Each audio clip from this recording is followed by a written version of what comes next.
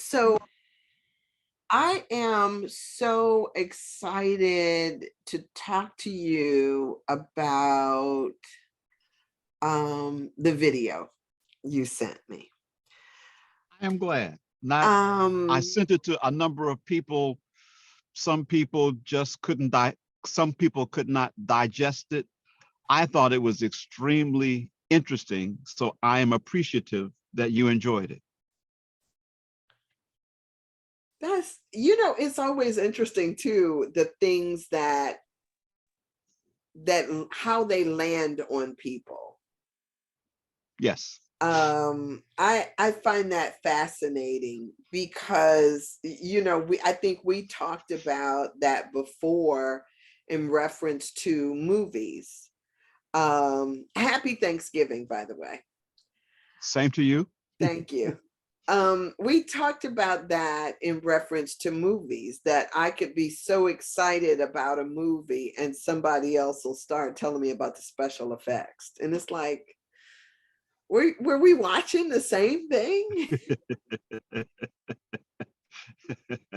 So I woke up after seeing that. I had a dream about what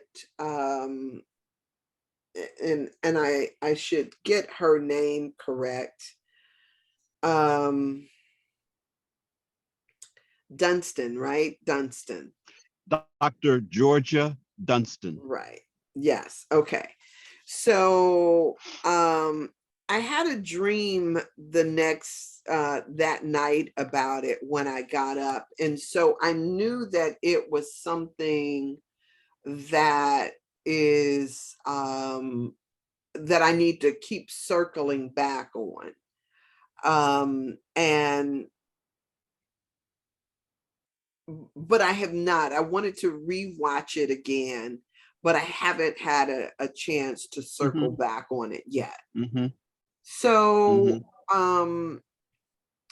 so what's beautiful about it is that um I am not one that needs to have proof for anything that I believe. The things either resonate with me or they don't. I'm most of the time able to say, yeah, no, right? I'm And so when she began to talk about the idea of um okay, so wait a minute. Let's set this up for people who may be watching. Good morning, Michael. Happy Thanksgiving to you. So for people who may be watching, the setup is Dr. Georgia Dunston is a geneticist. That is correct. She is a professor at Howard, or That is was. correct. Maybe she's She's retired. retired. That is Mm-hmm. correct. And so she has been a part of the Genome Project and talks about how significant the ideas around genetics, in particular, our genes and genomes, and how those things inform us in who we are. But then, because she also says that she is a Christian, she has been able to connect the dots, so to speak, between science and religion. Very well. That's a very excellent synopsis. Okay, great. So when she opens up, she is, in this particular talk that I had that you sent me, she is really excited to bring these two together. And she says that in the beginning was the word. Isn't that beautiful? Right. And what she And what she drills down on is that the human genome, our DNA, are words that put together that construct sentences that gives us identity, and that there are 3 billion of these words, and that these words are the words from God's mouth. So therefore, our DNA is an expression of God's wisdom and God's truth, and that we are designed for the exact same reason, to express truth. And that if your thoughts are in error, it will affect how your DNA expresses itself, and subsequently can express itself in an absence of wellness, because your thinking is not in harmony with the truth that God has implanted for your genetic expression. I found that just awesome. It Just makes you awesome. want to shout. Yeah. It was so beautiful. So when going to school, I'll say it that way. We were shown these a ladder that looked like it twisted and Right. and called it DNA. And sometimes on the rungs of those ladders, you would see different like symbols or different things that were That's written right. on each of these genes. And these genes make up who we are. So if it is both my parents coming together and my mom has brown eyes and my dad has brown eyes, or, there's something else, it's like there's all of these things and they express differently. Each of these express differently in all of us. And I'm going to tell you a little aside. I was talking the other day about, the parable of the talents came up, how one was given these different talents. And so I talked about my family. I'm a middle child. And my sister, who is the oldest, came out, and my sister was, if you can imagine, even lighter than I am. She had naturally curly hair and green eyes, right? Mhm. And my sister can sing. She has a beautiful voice. She played the flute. She was in majorettes. She was in the marching band. She got a scholarship to go to college based on, she played in the all city orchestra or all of this stuff. She was Miss Talented, right? And then the teachers, when they met me, they would look like, you guys have the same parents?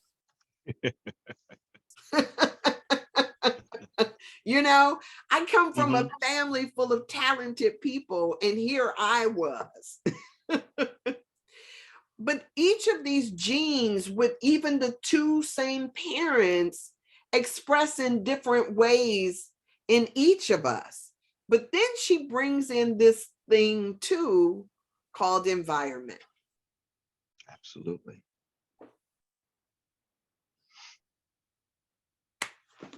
So let's talk a little bit about. Well, one of the things that right before we get to adding the environment in, remember she said that of these 3 billion words,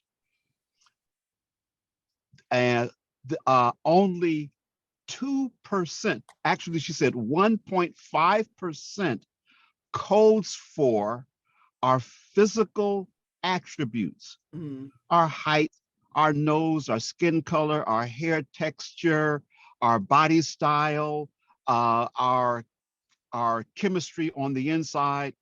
Only 2%. Mm-hmm. So that means 98% of the messaging is about the control and regulation of what is expressed. Remember, we go back to the metaphysical truism, the unseen controls the seen. Right. So here, 98% of this is control and regulation over what is expressed. So to your point, also, not only is it just the outside, the environment, she said, your environment isn't just the milieu that you grow up in or your family culture. It's also what you think. And she traced that back to what are you? What is your self-identity? So many of us, because we live in a very young Western culture, though we say we are children of God and divine beings, we habitually resort to, well, I'm just a human being whenever we want to excuse a way of thinking, behaving, or emoting. We're not convinced that the truth of God is in us that can be expressed and that we are truly divine beings. Because if that's our self-identity, then there are certain thoughts we won't entertain, certain behaviors we certainly wouldn't entertain, and certain actions we would not commit. But she goes back to, what is your true identity? And if these are the words spoken into your heart and mind from God, i.e. your DNA, and all the things that control its expression, why is it that we choose not to act that way? And I think that, along with the external environment, the things that happen to us from outside in, the traumas, the micro traumas, the microaggressions, all of those things affect the expression of the truth of what we are. It alters the truth of what we were designed to be. Right. But to that, so something else that I learned from her is that this process is a dynamic one. Yes, which is what you and I had talked about before. Our DNA is not concretized. It doesn't mean that this is all that you are. No, because the work of Dr. Bruce Lipton has proved how flexible and malleable genetic expression is. You can alter genetic expression. And remember, 98% of the genes control regulation and expression. So the genes are constantly fluid, and our consciousness also affects their expression. Change your mind, change the expression, change your behavior, your actions, change your life. Yes. Yes. And so even so when I'm listening to her talk, and she mentions epigenetics, and so what I'm recognizing is that the past and the things that have happened to us, to our parents, our grandparents, the things that are in the past impacts those genes and who we are, how we respond, how we see things. And even all of that can be in flux as well. It can have an amazing dynamic to it that we have the power to change. She addresses that in the last 5 minutes of her talk, when she says, one of the biggest problems that we have on this planet in terms of our genomic expression is racism. She said, and she just bluntly said, racism is an error in thinking. But what she said is, she needs people of color to be actively involved in genomic research. Number one, just on the mundane side, because this is going to be used to bring about equality. Well, that genetic editing, genetic research is going to be used to bring about a new construct for health and wellness, and that people of color do not need to be left out of that we need to be actively engaged in this research. And being actively engaged in this research, she said, we gave the world soul food, we gave the world soul music. We are going to give the world the soul of the genomic expression. But she said that we cannot make decisions based upon the trauma and fear of what has happened to us in the past. Consequently, as people of color, yes, we can acknowledge the we can acknowledge the treatment we have received over the last 400 years, 1,000 years maybe. However, we can't keep making decisions based upon that. And you and I have talked about before is that humans like us have been walking this planet for over 100,000 years. Why, as people of color, do we want to keep centering on the last 400 years? We've got 99,600 years of history that we can choose from. Why do we want to keep looking back at the time when we have been lynched, raped, brutalized, marginalized, etc., and keep re-envisioning the trauma and keep re-traumatizing ourselves every time we remember those things? Right. Remember, there's a part when she talks about that we can do the MRI studies now and see what parts of the brain thinks up, not in just when you're thinking, but in what you're thinking. And so we keep re-traumatizing ourselves, and we keep the same genetic expression in place that happened because of the trauma when we keep remembering and revisiting it. We need to remember what we were before that happened. Right. Right. You know, so here and here's I think part of the problem. Most people have, you know, history used to be passed down orally. And so because of that, it seems as though for most folks we consider the history as lost. However, there are Bayo Akafumande talks about the cracks, and you know he literally talks about it as if there are cracks in the ground. There's cracks everywhere, and he says that ancestry, like experience, all of this stuff is kind of breathing up through the cracks, but we won't even allow ourselves to imagine another possibility because we're going based on what's been given to us, what he calls modernity, the narrative of what modernity says, rather than looking at all of this, you know, history as is if it is alive, as if bones speak, right? We ought to see that all of this is still speaking and talking to us, echoing from our past, rather than just looking at it as if, you know, she said in this talk, she was like, you can't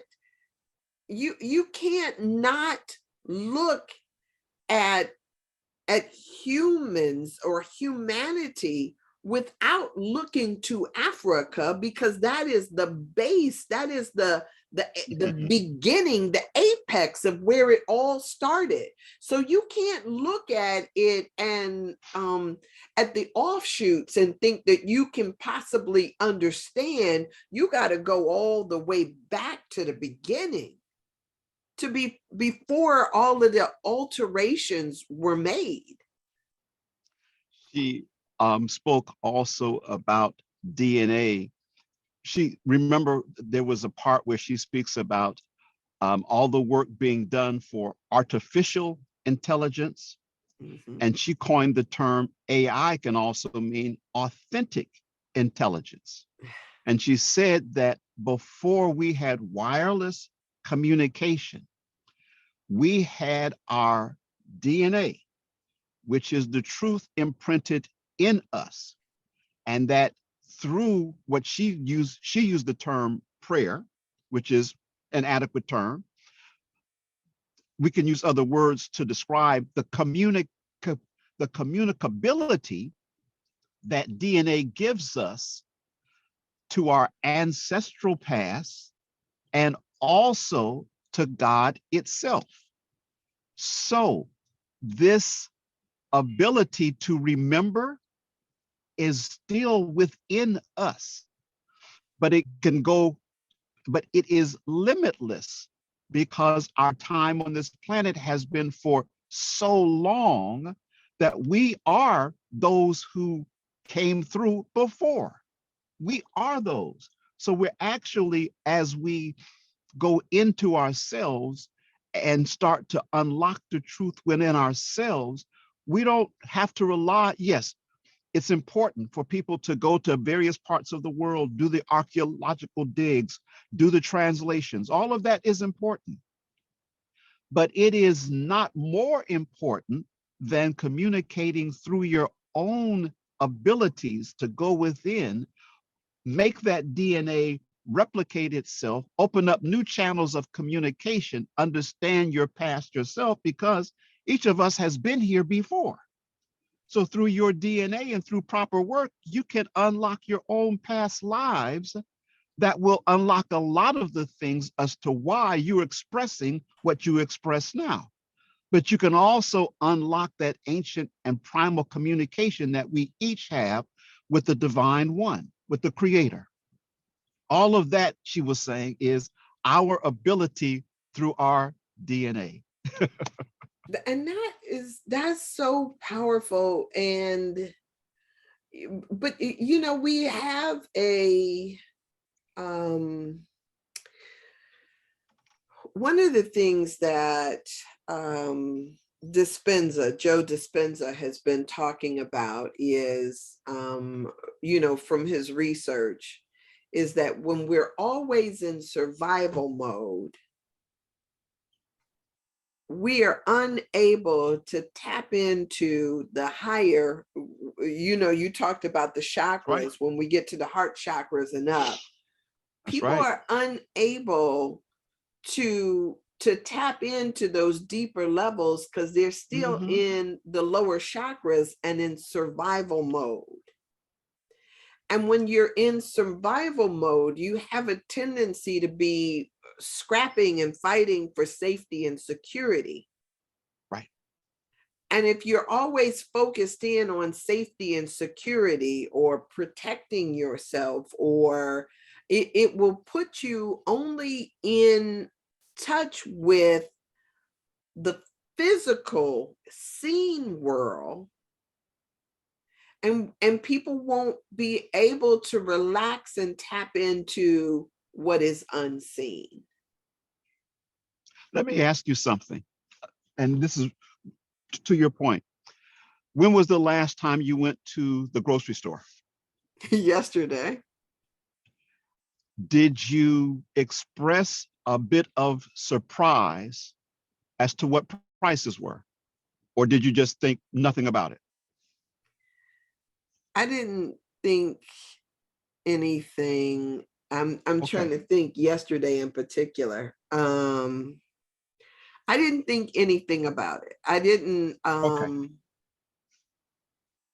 yeah, although I heard there was a woman there that was saying $7. I ain't paying no $7 for that. I Okay. was exposed to a lot of people reacting. Uh-huh.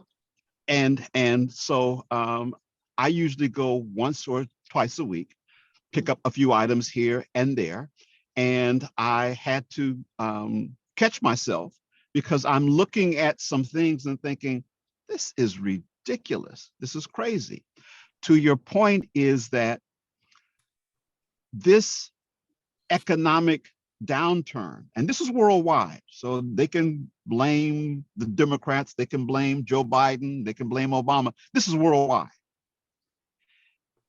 And part of this is a natural rhythmical cycle. There are times when, there's a boom or bust. It's a cycle. But many times these things are engineered. And consider the possibility that as we start to enter into this new age and this age of awakening, and as we're passing, my brother Wayne Chandler always likes to say, this part of our Milky Way galaxy is going through a certain area where there's a photonic burst, and that this is going to affect us in certain metaphysical ways.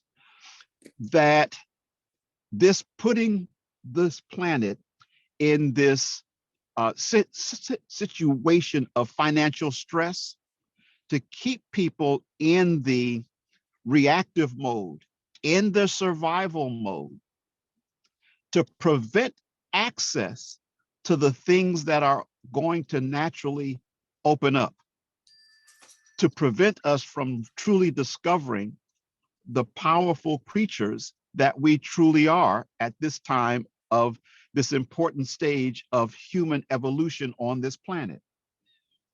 And being put in this survival mode prevents us from creating the future that we are destined to have. So I don't know that this is a rhythmical cycle, but I do understand the necessity for not going into the fight or flight response at this crucial period in time, because survivability is going to be dependent upon our creativity, our ability to visualize and tap into our creative abilities to make things happen for us, to find the things that we need to find when we need to find it, and how we're going to find it. Engineered crisis, huh?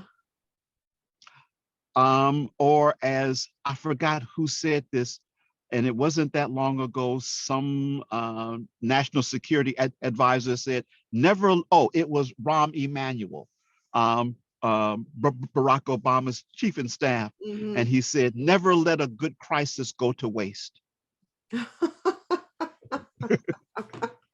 So if something happens, those that be are going to make use of it. Right. And so this squeezing out of the middle class, such that we have this Hunger Games phenomenon of the mega rich, mm-hmm. and everybody else who is on a subsistence level. And it's going to require our creativity in order to not allow this to go forth, to not allow this to happen according to that plan. It would be wonderful if we could get people actively involved in turning the tides. I don't like the idea of being a puppet on a string. It's like at some point you need to pull the puppet master. But that is what you say, just drag him down to our level. Yes. But that's what your podcasts are doing. That's what we're trying to do, is to, let people know that we are not victims of circumstance, that we are truly creative beings who have immense power within us. And that immense power comes from having your self-identity intact. I am not a human being. Dr. Dunston talks about the evolution on this planet, going from a nomadic society to an agrarian society to an industrial age. And she puts it the information age, but she talks about going from translation to transformation. Mm-hmm. And the transformation, it is time for us to stop identifying with what is human in us, which is basically our animal inheritance, to what is divine within us, which is that consciousness that is unified, that is the omnipresent part of our being that wills and intends and has a freedom to choose. And so we can choose not to go along with this. Yeah. And you know, but here's the thing, because that, yes, that is all that's what this is about, is this wake up thing. And to the point that you made earlier, if we understood that we are 2%, you know, that 2% of what we are is solid. Is what we see. Yes. Yes. Yes, the matter that we talk about that adds space and take weight and takes up space, 2%, and the rest of it is the energetic part, and the energetic part that is the part that shows forth, or that Yeah. that animates what shows forth in the world. Right. So if Right. we started looking at ourselves differently, but here's the thing, that a lot of times people go through, and I talked about this just in the last hour. There was this book that I read called The Only Diet There Is, and she talked about weight and our bodies as a protective armor that we put out there. And as long as we need to protect ourselves or feel as if we're um, looking after safety and security and all this idea of protection, we're going to keep and make sure that our armor is in place. But when we realize that we're energetic beings, that should change around the ways in which we move in the world, our feeling of being vulnerable. It should change that. Well, actually, when your mindset is that I am this energetic being, then your integration into the energy matrix that is all around us is automatic. So you can come out like I'm out here now because, I've got to get my chi bath. I've got to come out here. And even though there's no leaves on the trees are still alive. The grass is still here. The evergreens are still here. You can interact and you can have your interpersonal relationships the exact same way.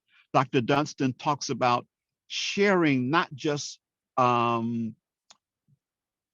sharing what you are. And so if what you are is a divine being of light and energy, that's what you give other people. Doesn't matter if they are a black hole and they're just sucking all the life out of everything around them. I am still this powerful star that still exists, and you cannot extinguish me. Right. In fact, my job is, as I see it, you need my light. And there's a strong possibility that God put us together, our paths crossed, because I need you so that I can help grow myself by becoming super abundant. And you need me because you need the light and the love that I can give off. Doesn't mean we stay in toxic relationships, but it means that I don't allow you to disrupt the love and the smile that I have. In fact, I'm going to walk away from you just as light, just as loving, because I did what God told me to do. Be who I am, a child of God, a child of light. Yes, yes, yes. Amen on that.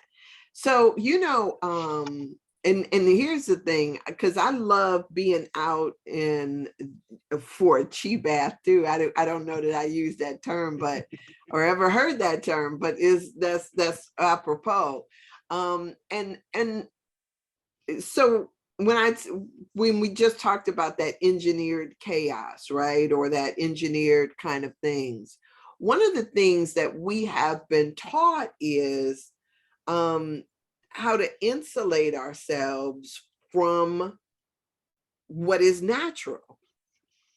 And so we put on all of this stuff because, yes, like we're trying not to get frostbite, or we're trying not to get too cold. We're trying not to, all of these things without ever thinking that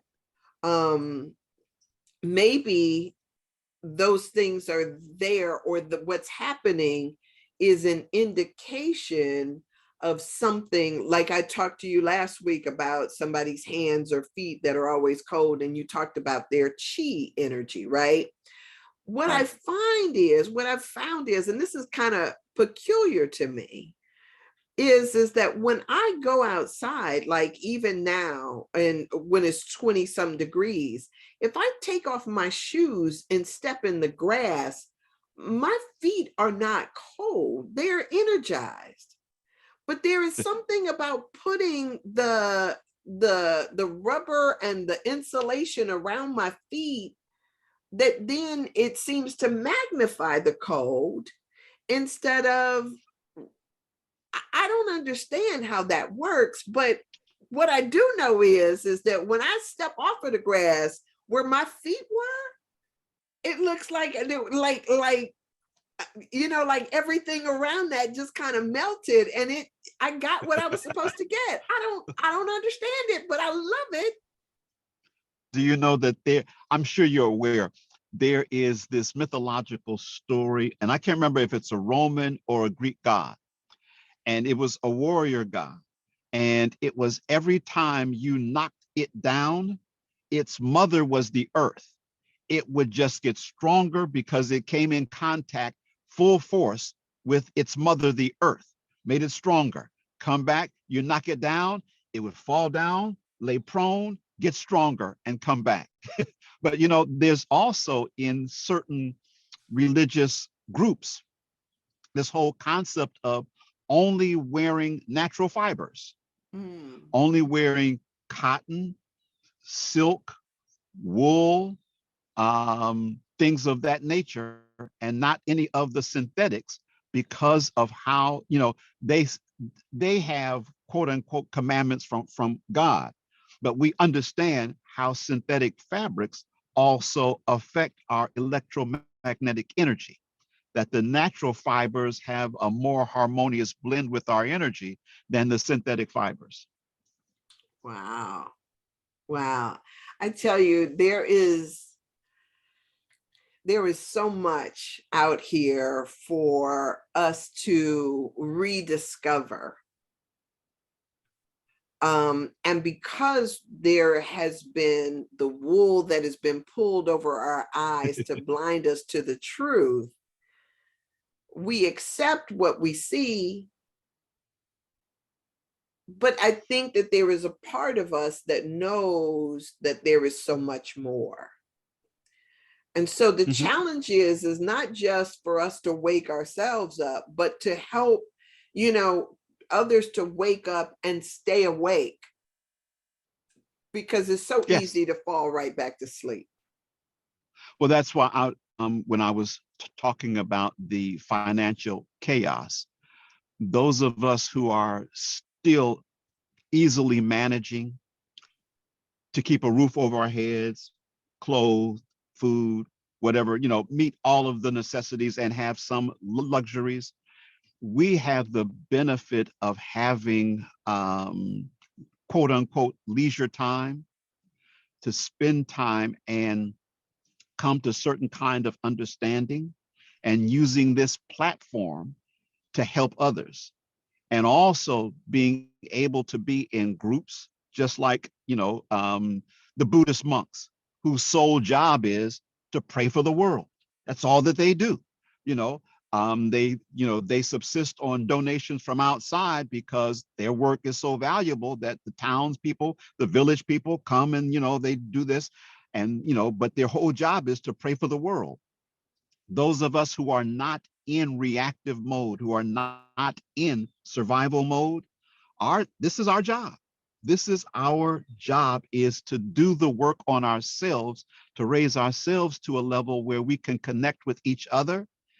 And we're here to save the planet.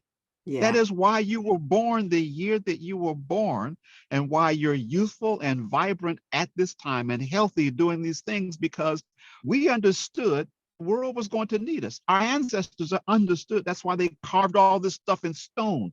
You're going to need this when you get back because they're going to try to hide everything. You're going to need this. Yeah, yeah. So beautiful. Okay, so I do have to push on because Yes, ma'am. my I have a obligation on today, but this is something that I'd like to circle back on. I need to this is just so amazing and juicy for me.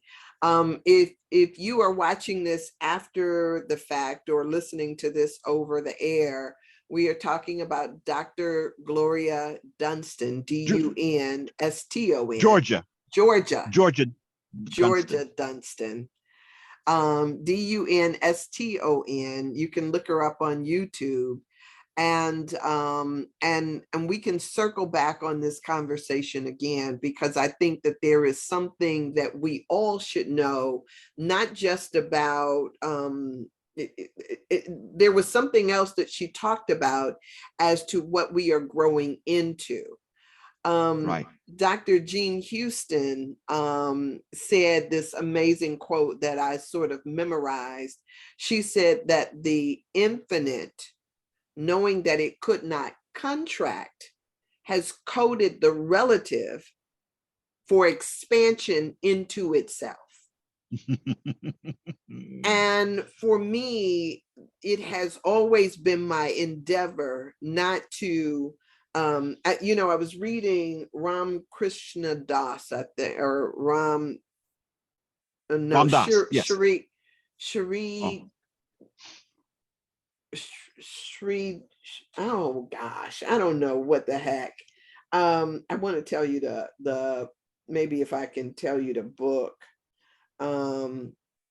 The Gospel of Sri Ram Krishna, right? Okay. That was what I was reading. I don't know if you could see that. I can see it. Yes. Okay. So one of the things that they were talking about was this, being connected with God, was when you longed for, like a kitten, no other energy, no other voice, no other presence except for that of God. It was this idea of this infant that's calling for its only source. And so one of the things that he was talking about was having this longing for God. But in my mind, that God knows that there is a natural evolution to this process. We don't stay in the stage of longing and needing, but rather we are growing into being it. So we are all in God's school to learn what it is that we are Absolutely. supposed to do on this planet. So I thank you for this conversation.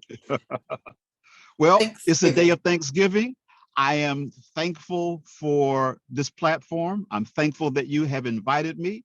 I am thankful to be alive at this day and time. I am thankful to be healthy. And I look, and I thank you for the example that you are showing forth in the world. We appreciate you.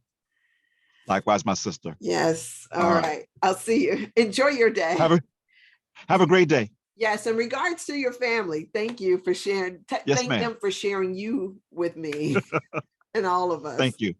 All right, my Bye-bye. sister. Peace. All right, y'all. I gotta go. My sister is waiting on me. We got to get this turkey in the oven.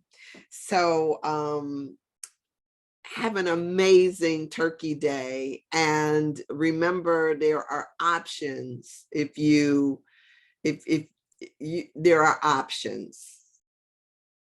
Don't just sit there. Make something happen. Break the habit of being and doing what you've always thought. Do something new today. All right. See ya. Bye. Love y'all.